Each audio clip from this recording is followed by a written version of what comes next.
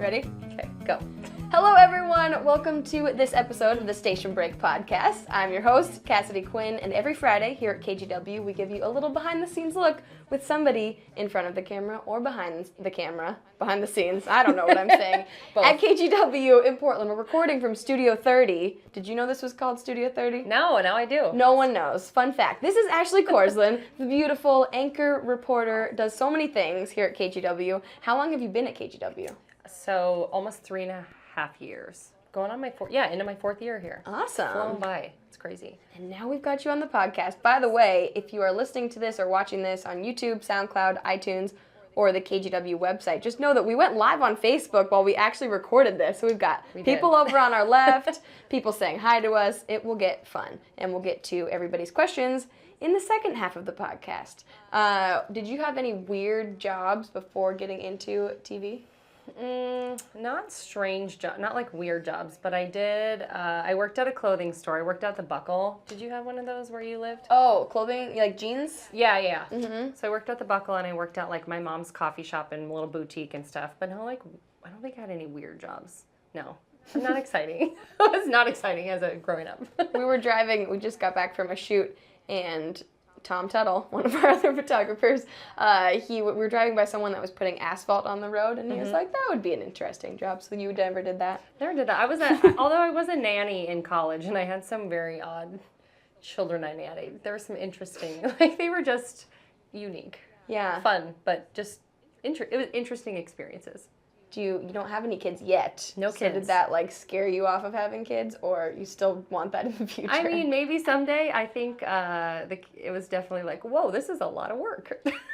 A lot of work. So now I just have dogs. Yes. I'm a dog mom. How many dogs do you have? We have three dogs. It's a lot of dogs at our house. And I'm actually allergic to dogs, which is ironic, but I love them so much. How does that work? You're allergic to them, but you have 3 of them? Yes, so I take Claritin, nose spray, eye drops, and I have 3 inhalers. And, I mean, I'm allergic to more than dogs. I'm allergic to grass and other things too, but it's just I don't hug on the big one a lot because she sheds. My little one's hypoallergenic, and he's my little baby. So. Oh my gosh, yeah. I can't believe, because when I don't have very many allergies, mainly just the spring, hay fever kind of stuff. But I hate coming to work on those days because my eyes are all red and puffy, and I never see you like that. So that's impressive if you're allergic to all these things. Just a lot of medications and inhalers. And then some makeup, of course. Lots. I always ask everyone on the podcast if they've ever been fired. Fired? Have you been fired? No. What? I've never been fired. How many people have been fired? I want to know. At the beginning, it seemed like everyone had been fired, and then after a while, nobody. What were people fired for? Now I'm really intrigued. Drew Carney was working at a retirement home for priests, I think, or something, and he fell asleep on the job. I mean, he was probably 14 or something, but he fell asleep, and he thought it was only for a second, but who knows how long it was. And Drew, we're going to let you go. And I think Russ Lewis, Sunrise anchor, so it's all the morning people, really.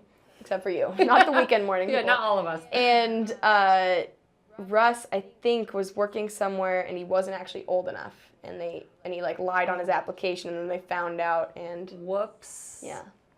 So most of them were young, middle Okay. school, high school firings. I was thinking this is adult life firing. Some of them, I mean, because some people have worked at multiple stations in town, right? And I think there's a couple of those. Okay.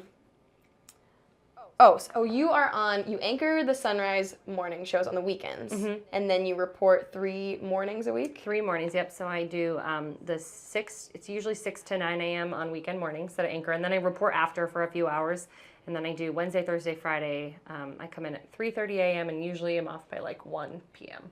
Until Cassidy makes her record a podcast with me. Oh, that's the one thing I forgot to do is set a timer on my phone. See, there's so many technology things happening. What is your typical day like? I know probably totally different when you're reporting or anchoring. Yeah, so reporting, get in at 3:30 in the morning. I wake up at around 2, and I get my story assignment with my producers right when I come in, and then pretty much it's right out the door, writing my scripts, as you know, and in the live van, you're typing your scripts up and researching, and then we do live shots starting at 4:30 to 7 a.m., and then we take our break. after that, and then it's on sometimes onto a news story for noon. So I'm in the noon newscast as well. So it's kind of like just depending on like the stories of the day or the crazy weather. It varies day to day. It's always something different to cover. Do you like one or the other better when you're in the studio anchoring all morning or out all over the place when you're reporting? I kind of like that I get to do a little bit of both because I love being around people and talking to people, and I think it might get lonely if you were just in a studio like full time. Mm-hmm. So it's kind of nice to do both. But when you're in the studio, when you're anchoring, you at least have a bathroom nearby. Yes. Which is like the best part of my day when I have access to that. Because sometimes you're out in the field for like 9-10 hours and you have to like find a gas station at somewhere after hour like 5 or 6 until you can use a restroom. It's rough. Stay very dehydrated. Yeah, basically. Just don't drink any water. Yeah, As you notice, I'm now drinking water. It's because my shift is over. I know. So. I should be since we're still in here. Right. And actually today I'm not going out in the field, so I get to drink as much today. water as I want. Except the traffic, then you end up having radio hits every few minutes, so you don't want to drink too much water. Yes. It's rough. I digress. Have embarrassing things happened to you on air? Oh, yeah. A lot. Let's see. One time I got hit on the air by a person. Oh, I thought you were saying hit on. No. No, hit, like physically hit, which was awkward, by a person in downtown at the, on the waterfront. That was like a year ago. It was kind of this crazy guy who was running around with his hands flailing, and he ran at us. And that was more like scary than embarrassing, but that was kind of embarrassing. It was during a live shot. Oh, and unrelated to the story you were Yeah, doing? unrelated. Just some guy came up and kind of like punched me in the arm and then chased me to the live truck. That was exciting. So did you just run like I off camera? I took off. Like I turned my mic off and they cut away from us, and I ran toward the truck and he ran after me, and then my photog got in the middle of us and intercepted him. He was on something. That was sketchy. Oh my goodness. Embarrassing things like, I mean, we've all had like audio drop out, or you come on camera when you're not prepared for it, or you're making a funny face or doing your makeup or something when you think you're in a soundbite. But I've had a few like laughing attacks on the air, like where I couldn't pull it together. And these were in the smaller markets where I worked, like anchored with friends, people who became really good friends, and we'd try to get through stories, and we just, I have this video clip in my first market in Montana of one of my best friends and I, she was doing weather, and we came out of a story, we were laughing so hard that we couldn't compose ourselves, and she couldn't finish the 10-day forecast. And it comes out to a 3-shot, and our sports guy is like, looks so angry, and he's rolling his eyes, and he's like, and he just puts his head in his hands. He was really, it was. And you have that clip? I have that clip. That's amazing. I'll find it. That's the funny thing, because for you, obviously you are younger, so probably a lot of the stuff that you've done is on the internet, or you have been able to save it, whereas some people, their first time on the air, or all these embarrassing things they did 20 years ago, right, there's no don't evidence. exist. Exactly. I have a lot of that proof. Do you like that, or do you wish it didn't exist? I kind of wish it didn't exist, some of it. Yeah.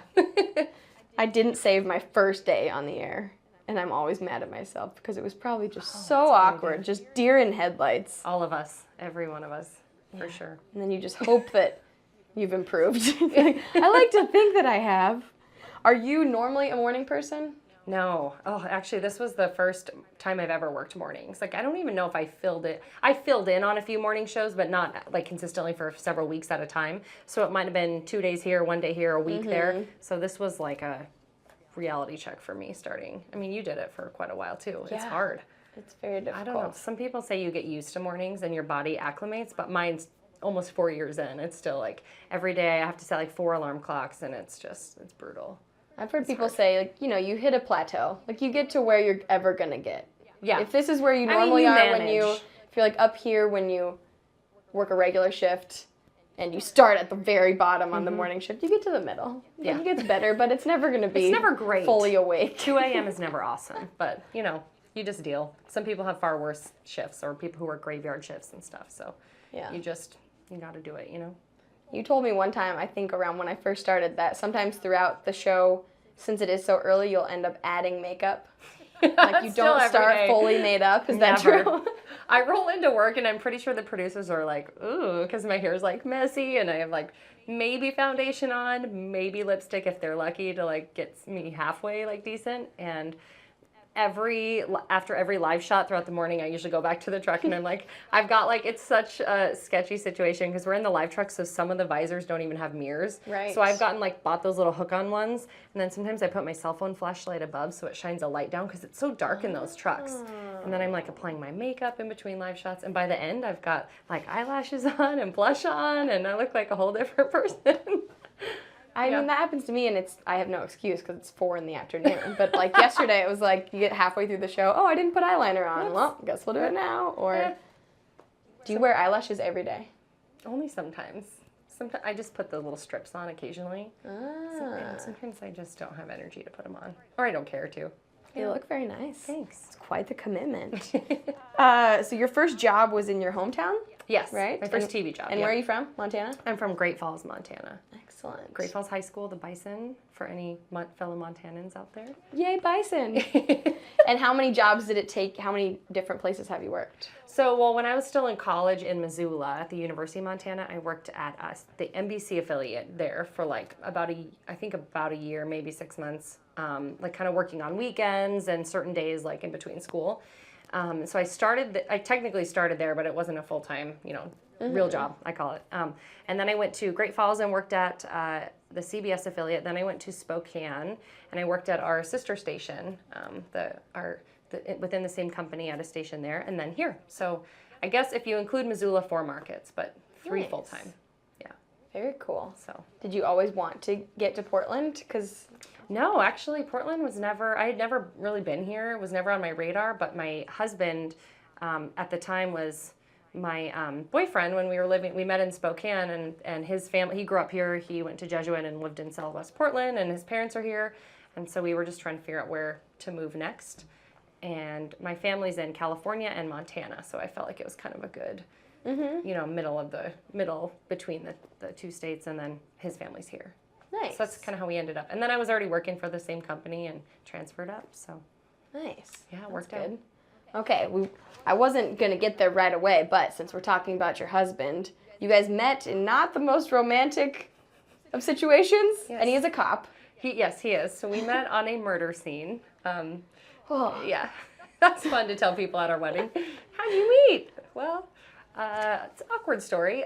Yeah. So he was working perimeter there, and I was sent, I was one-man banding, or MMJ, we call it, shooting our own video. So I got sent there by myself, lugging. That sounds terrifying. Yeah, At it a was- murder scene, just by kinda yourself. sketchy. Yeah, by myself. My photographer I was working with got sent somewhere else that day, so I was by myself to haul the camera and the tripod and everything. And he was working perimeter and kind of helped me with my gear and like was trying to get some information for me from the leaders there at the scene. And we ended up just kind of chatting, and he was standing by me for probably an hour before I could get an interview with anybody. So we just started chatting, and then it was probably like 3 months later, maybe 4 months later, that we actually like reconnected. We didn't like exchange numbers or anything there or anything weird on the job, but that's where we first met. So And then how did you somehow exchanged numbers eventually? we did, yeah, and kind of mutual friends put us in touch, and we reconnected and started. That was like 4 or 5 years ago. That's so cute. I'm gonna go with somewhere in ish. I can't Yeah. remember. And now you're married. Now we're married. Happy ending. What is it like being married to a cop? He works graveyard, and so it's the schedules I think are the hardest part. His days like rotate, and his days off rotate. So he's always, it just varies every month to month and week to week. The schedule's kind of tough, and but you just make it work. It can be scary, but it's exciting, and it's a little bit of everything. Yeah. You just got to be supportive. So. Yeah. You said it seems like you kind of like the not super romantic, like scary things, because I'm sure you cover a lot of crime things. And then I saw you tweeting about Netflix recently, saying Yes. that you're all watching murders, crimes, mysteries. It's like so my is favorite. that Is this like weird? I love it. totally normal? Super normal. That's what you normally go for? Yeah, I like the true crime. Dateline's my favorite show. I was just with my best friend the last few days on my days off, and we watched The Conjuring. I don't know how I hadn't seen that yet. Paranormal seen that. haunting stuff. Bit I too love scary freaky for me. things. No, I love it. I just I get a thrill out of the scary stuff. I'm not really into like romantic. I mean, I like romantic comedies, but I'd rather watch a scary movie. Do you get nightmares from it? Or Sometimes my husband will be at work at night and I'm by myself at home watching a scary movie and he'll be like, quit. Oh no. Oh my goodness. Yeah, if I'm like by myself, I'm not watching a scary movie. Recently on an assignment, you met a llama? Was it an alpaca? Oh, maybe it was an alpaca. I can't remember. Something. I just saw your selfie. It was beautiful. It was funny. We were covering a story in Vancouver, and these people, like Rojo the llama, is like, you can find him on Instagram, and then Napoleon was the alpaca, and that's who I took the picture with. They were really funny. Yeah, he tried to eat my hair. Wow. Yeah. You're like, excuse me, this is my livelihood. Do not eat my hair. Don't eat it. I won't have a job anymore. Have you gone through different hairstyles being on TV? Yeah, quite a few. I had my hair about this length in my first market, and then when I went to Spokane, a consultant was like, cut your hair out, because we get consultants, you know, kind of tell you what color makeup or clothes and things, and they told me to cut my hair, so I cut it to probably about your length, and then since I've been growing it back out. But I go through that, and maybe you go through this too. It's like you want it long when you have it short, when you have it short, you want it long. It's like always what you don't have, you know? I just get bored. Or I see people dyeing their hair like different colors. I'm like, that would be fun. Can I just have pink hair? No, you Probably can't. Not, no. Not if you want your job still. You started a nonprofit for homeless military veterans? I did in my first That's cool. job. I come from a military family, and actually my brother-in-law's deploying tomorrow. So I got to give a shout out to all the military vets who serve our country. But so I come from a military family. My sister and brother and other relatives have all served, and my first job was in Great Falls, which has an Air Force base and the Air Guard unit. And so I had done a story one time, and I found out that 80 to 85% of the people who stayed in the rescue mission, on the average, regular basis, had prior military service or were veterans. And I just felt like I wanted to do something to give them a good Christmas. So it started as like a gift giving, the angel tree for kids. It was the same concept, but for vets, so people could buy them like clothing, or it evolved into something so much bigger where people were buying like furniture for families who didn't have like a bed to sleep in, and clothes for the people at the mission. And it's still going. They're still doing like yearly gift drives, and this awesome lady named Connie who worked with me there, she has continued it. So she did it with me. She and I started together, and she's still doing it. So that's so cool. And at some point, you actually won an award for your nonprofit. I won a medal? The Distinguished Patriot Medal from the Montana Air Guard, which is it's like the highest award a civilian can be awarded. And it was kind of between a combination of my coverage. I used to do a military beat. I was the military reporter. So it's kind of a combination for a few different things. But that was like definitely the biggest honor I think I've ever had. That's so cool. So, is there an actual medal? Yeah, it's like a pretty heavy medal. It's kept in a little box. I didn't put it up anywhere. I should, but it's kind of cool. Yeah. Gotta just go shine your medal every once in a while. Actually, I got and on that note, my old station in Great Falls interviewed me for that. They came to cover the ceremony. You can find it. I don't encourage it, but you can find the recording if you Google my name, and it's horrible. I was horrible. I did so poorly when they interviewed me. It was embarrassing. Oh no! So that's I'm sure an embarrassing moment. You probably think it was bad. It was rough. It was rough. What happened? I wasn't good. Like when they interviewed me, I got really nervous. So then I kind of felt like, oh, that's how people feel when we interview them. Like I had never been interviewed on camera really before. So yeah. That was fun. And you're like, oh, no wonder people are afraid. I'm sorry. I apologize for everyone I've ever terrified. Exactly. Kind of related. You have the nickname AK-47. Yeah. Where did that come from? So, your initials are in there. My initials for the AK. So I grew up target shooting in Montana. I grew up in kind of rural Montana. My older brother, who's a Marine, took me out and taught me how to shoot when I was a kid. I was a teenager maybe. And I just always loved target shooting. And I think where the nickname originally started was when I was in high school. The school paper they were doing a story on something with gun laws or shooting range guidelines, and so they knew I could shoot, and so we went out to a shooting range, and they had some pictures of me with a rifle, and I had this bright. I just remember I had this I don't know, horrible style. I had a flower tucked into my hair, and I had this bright pink shirt on, and they thought it was this interesting dichotomy between this girl in pink holding a rifle, and it made the school paper or whatever, and that's kind of where the nickname started, and then it's followed throughout my Was it an career. AK-47? It was not an AK-47, but they just thought it would be a funny nickname. Ashley with the gun. That's awesome. Wow. Do you have that on the back of any like high school sweatshirts? I don't, because that would be a little. Like yeah, might be weird. Then you're like literally putting a target on your back. Yeah. You also have a photography business. I do. Because you're not busy enough in all of your time working at KGW in the middle of the night, basically. Tell me about that. I've always loved photography. I kind of started as a hobby, and now I just, it's I guess, you know, like they always say to have a passion outside of work, and that would be it for me. I just love doing photography. Love it. So. You like being behind the camera. I do, yeah. It's actually, I love being behind the camera and just kind of like, it's just more relaxed and natural, and I kind of working on TV, you kind of know how to post people and how to help them kind of loosen up for photos, and I just love telling stories as a TV journalist, but then to do it in a still photography kind of visual way is like kind of its own type of storytelling is how I look at it. So you do mostly portrait shoots, right? Yeah, like a lot. I mean, I do like portraits, and I love doing like newborns because they're just so like, they're so sweet and beautiful, and so mostly just like friends, family, stuff like that. And I take a lot of pictures of my dogs too. I was just gonna say, do you have tons of dog pictures? Yes. My brother has always been into photography, and my parents' dogs. We have a lot of good pictures of them because he'll take out his like nice camera and.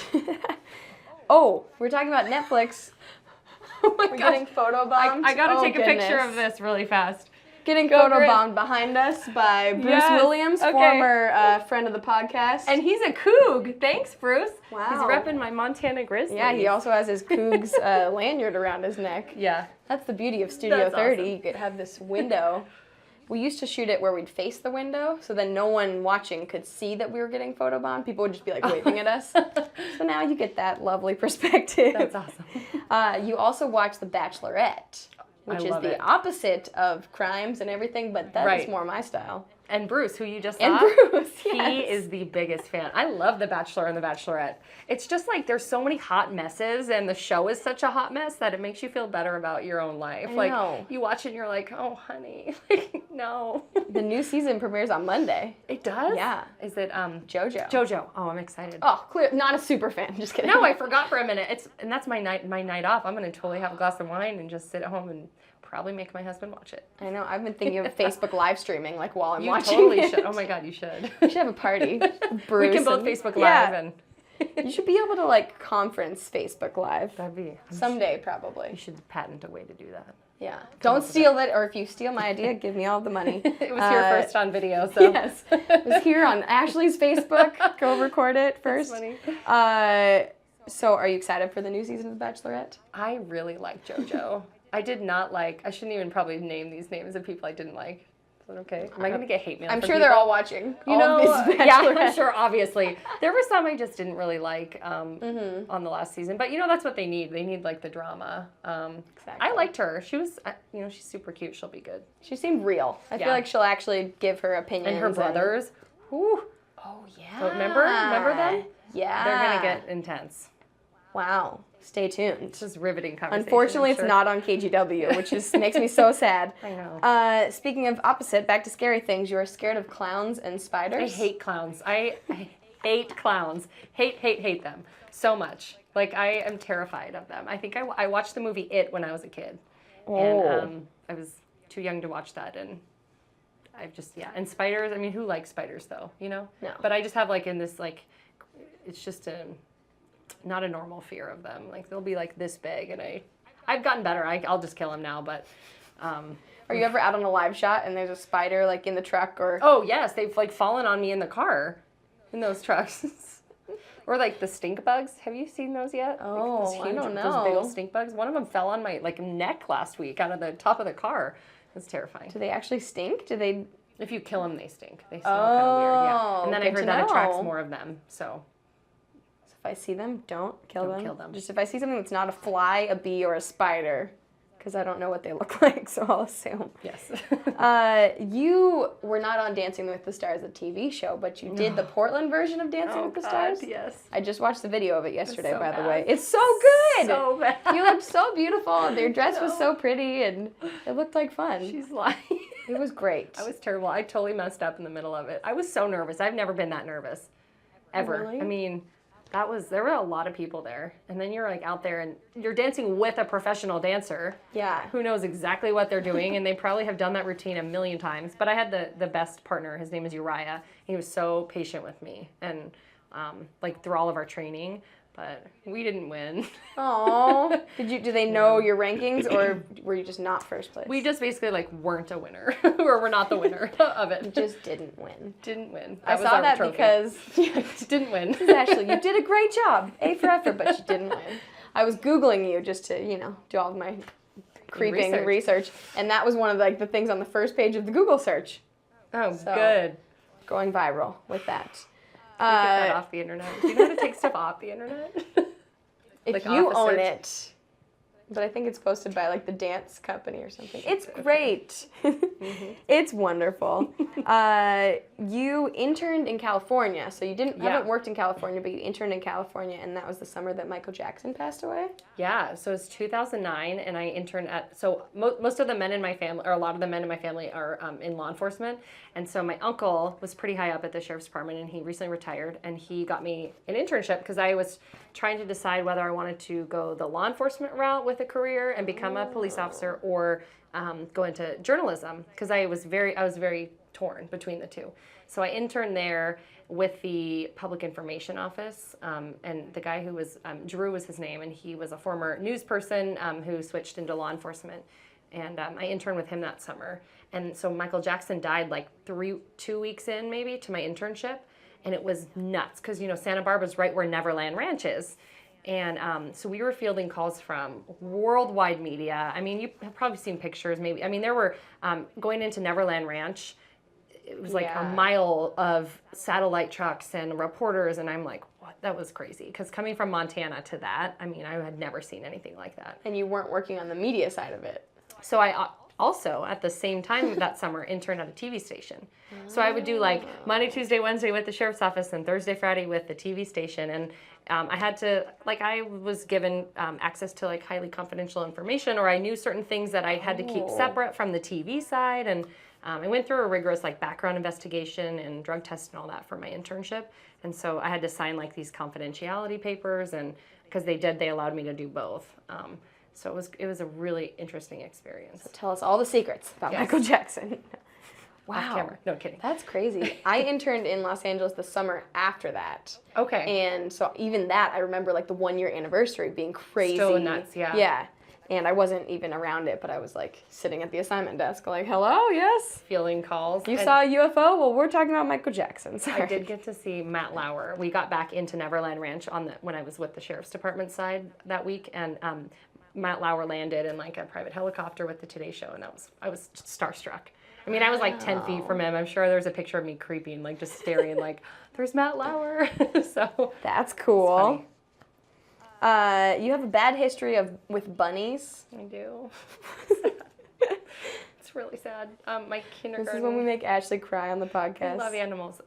Did you have a pet that you guys would take home, in elementary school, and you could have for a summer or a week? Yeah. Guinea pigs. Which is so weird. I hadn't thought about that in a really long time.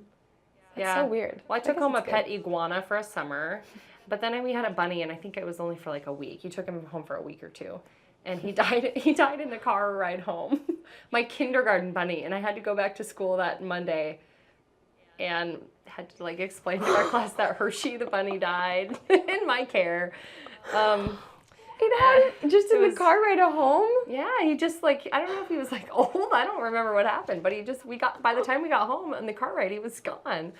So that was traumatic. Oh, no. And then when I was in my first market, 5 years old. I know. Oh my God, it's traumatic. No. In my first TV market in Montana, I was leaving work and it was night. I was working night shift. Went out to my car, backed up I was going on my dinner break. Had backed up, and then I saw something as I was going to drive, kind of moving in the headlights, and it was a bunny. I had run him over, and he was still partway alive. It was awful. And then I think you might have seen me post this on Facebook. My coworkers made a spoof news story out of it. Oh, yes. That I murdered, like I was a murder suspect on the run, and they made, I'll have to find that again.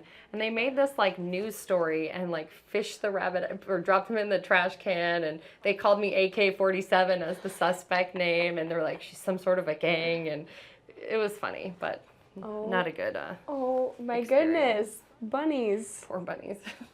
So your kids will never we get to won't bring the have pet bunny home rabbits. from school. No. They're in kindergarten, the teacher's like, Not you. the Korslien children, it's time to bring home your bunny. Exactly. Nope, we're not taking it. You don't want us to take the bunny. Wow. I also saw on your Twitter recently you have a bit of an addiction to shopping on Etsy, perhaps. Oh, I love Etsy. Okay, so here's the thing though, it's photography props a lot of the time. Ooh, It's not okay. really like, I'm not a big like online clothes shopper because I don't like not being able to try things on. But photography props like newborn backdrops and cute little wraps and things for photography, I need to stay off Etsy. Those are good things, though. Yeah, you're not good, just but like to a about point. more jewelry or something. Yeah. And so, is there anything that you've like regretted purchasing on there? Not yet. No. Nothing that's like I haven't used yet, so that's good. I'm selective. That's impressive. Yeah. I probably can't say the same thing, but it's just so bad. You go on there. Etsy's great. There's so many, just everything. And you're supporting small businesses, really. Yes. I mean, they're all like people who might just work out of their house or do handmade crafts and stuff, and that's what I love about it. So. And it's so easy. It's just like midnight, and you're like, yeah, I need that. Click. I need that. Yep. Now we're going to go to questions from the social media sphere. So first, I will go to our Facebook live stream Yeah, let's see some. and get a couple of questions. Oh, someone says you look like JoJo from I The do? Bachelorette. Oh my gosh, that's the nicest. Whoever said that, thank you. That I was don't believe that, but that that's was really Rafat Al-Hidi. Oh, Doug Beals wants to know, what are your top 2 restaurants in Portland? sweet. Okay, so do not hate me for this. McDonald's and just Don't kidding. judge me, but because my husband and my schedules, I work weekends, and because he has a rotating schedule, we don't really come into Portland a lot because we live in Vancouver, and so I got to give a shout out to some restaurants in the Couve. La Pella, we love. It's a really nice, like, fancier for a Vancouver restaurant. I also love Beaches and McMenamins just on the river in Vancouver. So I'm gonna give shout outs to those to Yeah. that side of the river, but don't hate me. Those are good. Yeah. Dave Feinfrock wants to know if you want a sandwich. Please bring some over. Yes. What kind do Who you have? doesn't? Dallas Massey wants to know, what do you do for fun? Photography, I love doing on my days off. My best friend who lives in Seattle, we do girlfriend ghost trip getaways because she also is into, like, we watch scary movies together. And so we did a trip to Condon. We stayed at the Condon Historic Hotel and then went to Shaniko a couple months ago, and we did like a girls' weekend. And we're always trying to find ghost towns to go visit.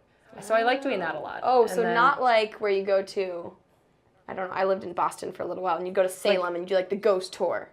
But Yeah. but that's different than a ghost town, right? Well, we do. I mean, we like that stuff. Like if you do like the Portland Underground tour, that we enjoy that. But we went to like the middle of nowhere kind of towns where I think we saw one person in Shaniko when we were there, Wow. and that was the owner of like this, or who ran this like little gas station. So it was really cold, and it was beautiful though. I mean, and it was just out in the country. It reminded me of actually being back in Montana, like driving out there. So you should do it. Oh, I was told by your photographer, Eric, to ask you, and then I wrote it down. It was called Tiny Town Extravaganza. Yeah. Yes. TTE, Tiny Town Extravaganza. My husband and I started doing those in Spokane when we first met, and we would just literally pick a spot on the map. Like we'd close our eyes, point on the map, and we would just drive. in like the area. Yeah, like in the, somewhere in the close? general area, like maybe, an hour, two at the most. So we started in Spokane, and we would go to like all these little towns, and then we'd buy like a souvenir somewhere, or we bought so shot glasses fun. in each of these towns. And so we kind of do that too. And we've done them like out in Skamania and different areas, and just a way to like get to know the area. Yeah. So it's kind of an That's embarrassing fun. term, TTE, like Tiny Town Extravaganza, but it's like our joke term for it. I love that it's an extravaganza. Yes. I always think shot glasses are the best souvenir to collect because Yeah. they're small, even though you don't need like. I mean, we don't use 20. them ever. They just set up Exactly. in a shelf, but it's cool because it has the name of where you were and a picture, and yeah, it's fun. So you have to go to towns that are at least big enough to have a souvenir shop. Yeah. Yes, we tried. Stephen O'Toole wants to know if you are a country girl. I am all about it. We've talked about country music before. Are you still doing that, by the way? Yes. Still over at the bowl. So country is my jam. I love country music and country. I don't know if he means country music or just country girl, like country lifestyle, but both. I don't know. Do you own cowboy boots? I own 3 pairs of cowboy boots. I'm a country girl at heart just because I grew up in Montana, but I mean, I love Portland. I love bigger cities. If I could pick, I'd rather live out of town, like out on acreage. And my husband wants to like own goats and chickens. I'm not really quite at that level of wanting to like have my own farm, but I love acreage and yeah, country music. Love being out in the country. There are multiple people at KGW I know of that have chickens. Urban chickens or? Well, I know Drew Carney has chickens. What? I don't know where he lives. That's funny. I don't either. And then Lisa in engineering. She's got chickens She's got too? chickens. That's awesome. Yeah. She said the other day they were eating all of her strawberries in her yard. Rude chickens. The struggle is real. Dallas Massey wants to know if you have a routine that you do every time you get ready for work. And how you decide what shoes you're going to wear. Your shoes are so cute today. Thank you. No one can see them, but they have flowers on them. Floral print. My routine is like this in the morning.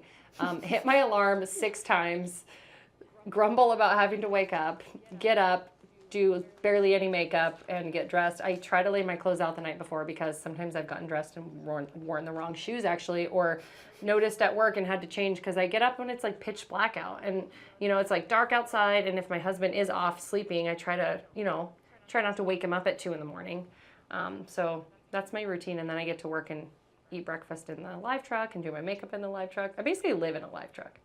So yeah, it's not too bad. You know, they just need bathrooms in there. That's all they need. If we had a porta potty, I'd be set for life. Like towing along behind, and that's about it. You should start a Kickstarter campaign. Actually, my photographer Eric joked about doing that, like actually driving around and having one for Just hire. have it in the back, yeah.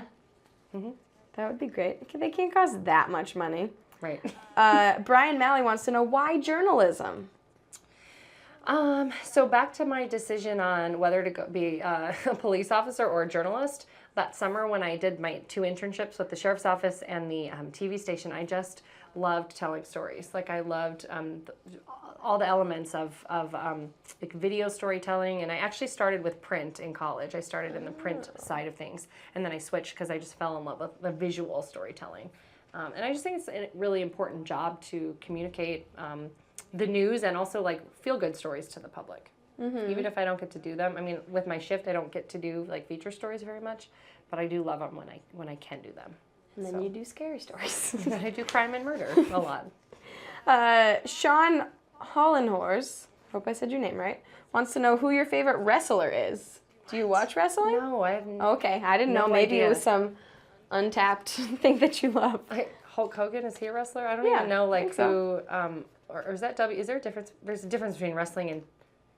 People are gonna hate me. I'm gonna get hate mail for this. Yeah, there's like WWE and WWE WWF. and WWF. I can't even name any. But they all have wrestling in the title. The only reason I named some Hulk, are real and some are like more acting. the acting, think, right? The only reason I named Hulk is because I only know his name because he was in the news recently, and that's why I know. See, I would say John Cena because he keeps guest anchoring on the Today Show. So that's the one I've seen the most recently. Okay. Yeah, sorry, I'm not a wrestling fan. Oh, trick question from Brandon. Who's your favorite producer? That would be from KGW Sunrise our producer. Brandon. So it's Brandon. Brandon is just the best. He is great. And Jeff wants to know your favorite digital managing editor. Not Jeff. Definitely not Jeff. He's not watching. Just kidding. Willie Williams. That's a cool name. Have you ever done any sports interviews with any Rip City players or popular local sports stars or soccer stars? We did, let's see, 2 years ago when the Blazers made it into the playoffs, similar to this year, we did like the open practice. We went out to their practice facility, and it was the night, either the day of or the day before their home game that they were going to play, and we interviewed like LA when he was here, and Damien, and a bunch of the guys. Rolo was there. They were really cool. But I didn't get to spend much time there. I just threw a couple questions at him and, had to get in that noon show. So we ran in and out, and I'm trying to think. I interviewed Yeah, I guess that's it. That's the only thing I can think of at the moment. Kevin Hart came. He's not an athlete, Yeah. but he did run like a fun run in Portland. I got to interview him. That was cool. I was very jealous. He seemed so nice. Yeah. Oh, you were doing traffic that day. Yeah. Well, and I'm just not here. You weren't there. Or it something. was at like yeah. 7 a.m. and That's right. the PR person had sent me an email. I was like, that sounds cool. There's no way they're gonna let me come in like 4 hours early to do this. Right. Fine. He was really cool. Ashley He was really can short. have all the fun. Yeah. He seems awesome. He's so funny. He's funny. We got a few questions saying like, oh, how is she so beautiful? And Michael Bornard wants to know if you're single, which I think we have answered. Nope. And you don't want to mess with her because her husband is a cop. So. And he got a police dog now. So. Oh, true. Is that your third dog that's our third live dog. at your house? So we have 2 pets and then the police dog. Wow. Which is cool. They're at training right now. That's crazy. He's in the academy for it, but he's a beautiful dog. I don't have a lot of interaction with him because he's you're not supposed to. There are like rules with how you interact. Mm-hmm. You don't treat him as a pet, and he lives with us, but he lives out in a kennel that's constructed in the backyard, basically. And don't make that dog mad because it could probably really do some damage. He could probably eat you. Yeah. Maybe. No, he's not dog aggressive, which is great because our other dogs are kind of jerks. They kind of run up and try to sniff through the kennel, and I feel bad for the dog. So you're like, don't come to me, I'm allergic to you. Dan Miller wants to know if you like to read comic books. No, sorry, Dan. Sorry, Dan. Sorry. You broke your heart. Steele at Blue Snowy Mountains wanted to know where you see yourself in 5 years. He also said, sorry for the interview question. Wow, that's a loaded one. 10 dogs. 20 dogs. Actually, I want to open up one of those rescue farms where you can get all the shelter dogs and you take them, and my husband's like, no. Because I would adopt a million if I could. I don't know, just we are here to stay, like we want to live here and raise a family here someday, and my in-laws are all here, so hopefully just working, doing the best I can, and loving life. That's my answer. Yeah. I know it's not great. Oh, now that we're taking questions from social media, more people are commenting on Facebook. Awesome. Stephanie Sticka says, what town do you want to check out next? I'm actually taking suggestions, so if you guys have any. I want to go to kind of down by, I think, Baker City.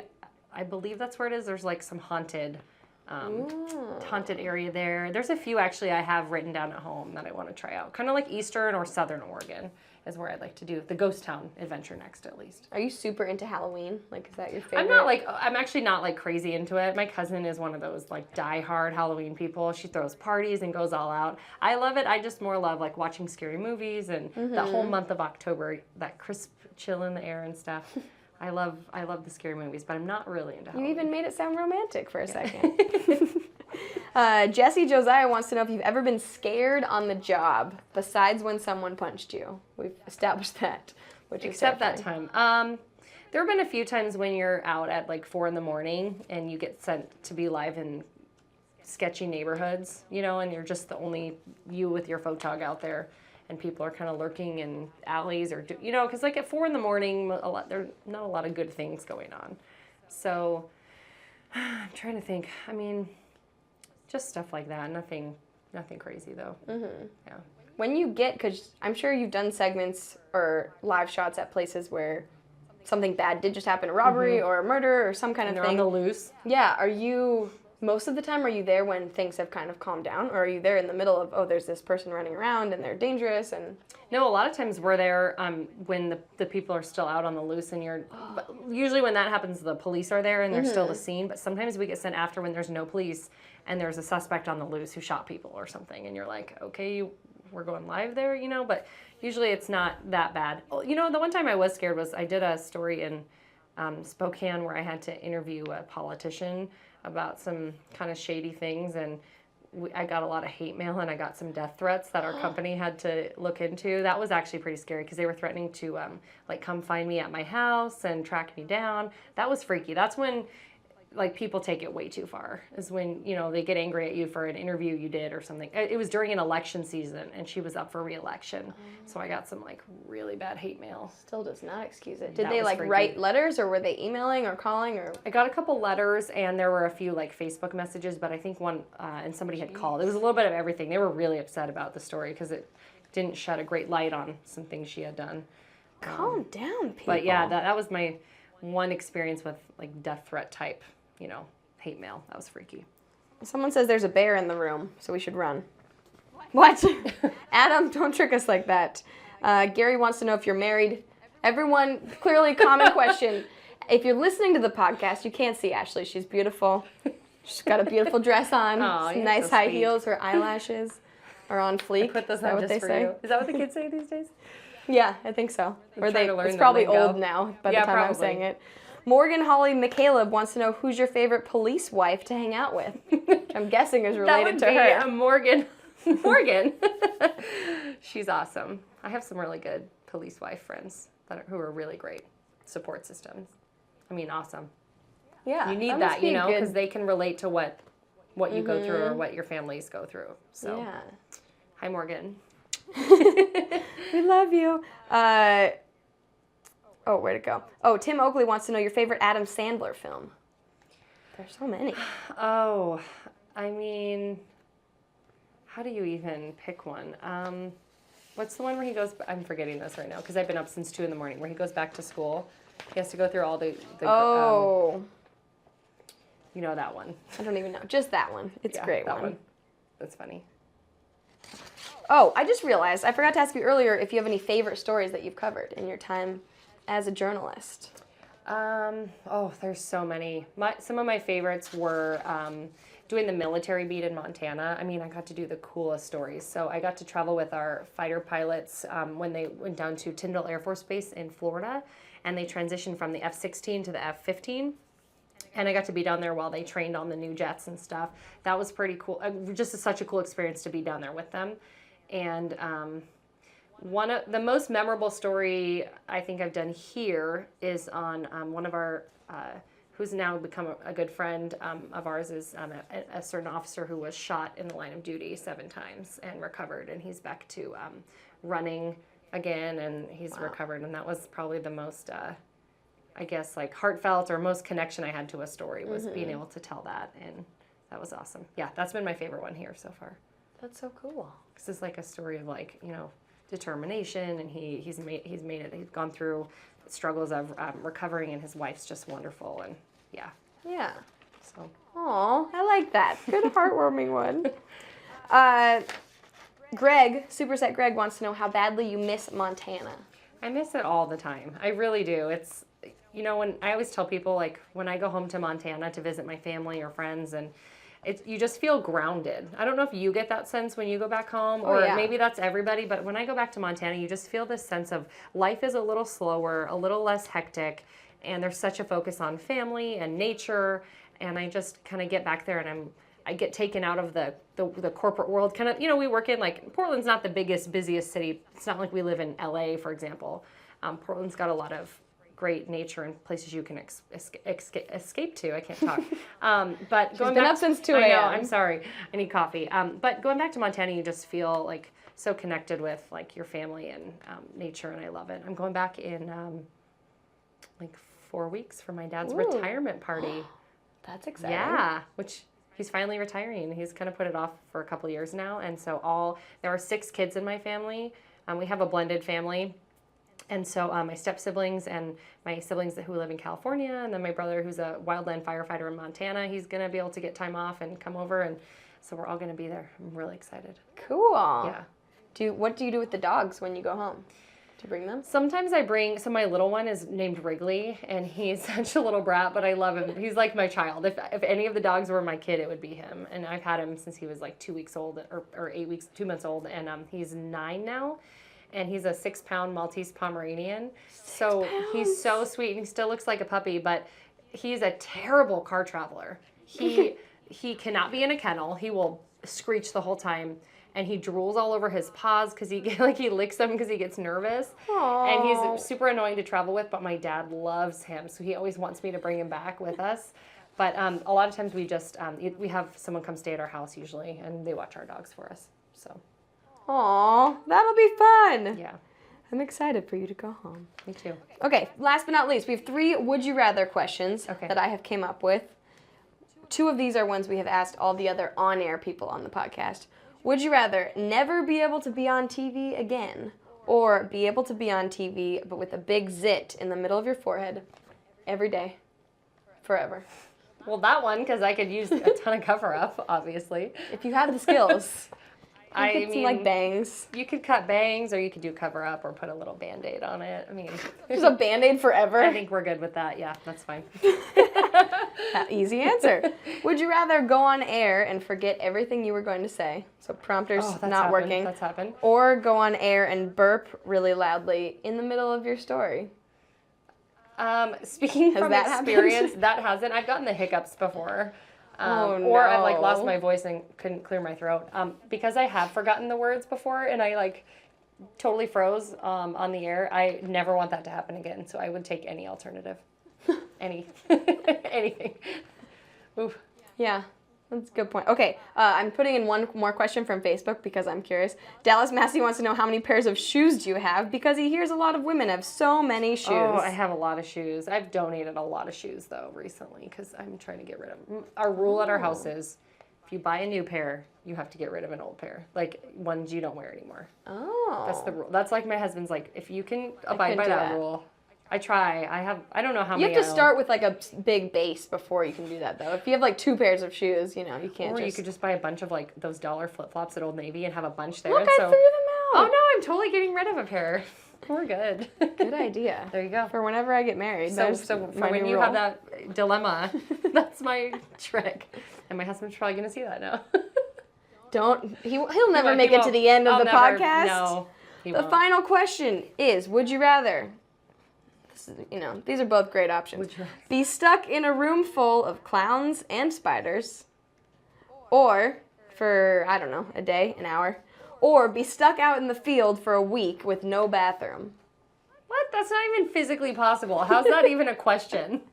What do you mean? Like, no, you can't go to the bathroom or you have no access? I guess you could go, but, like, you don't have an actual bathroom for a week. I'm doing that one. There's no way I'm getting stuck. I could maybe deal with the clowns, depending, but not the spider. It depends on how many spiders. I need more answers, people. I'm, like, a facts-driven person. I need, like, it's would you details. Rather. You got it.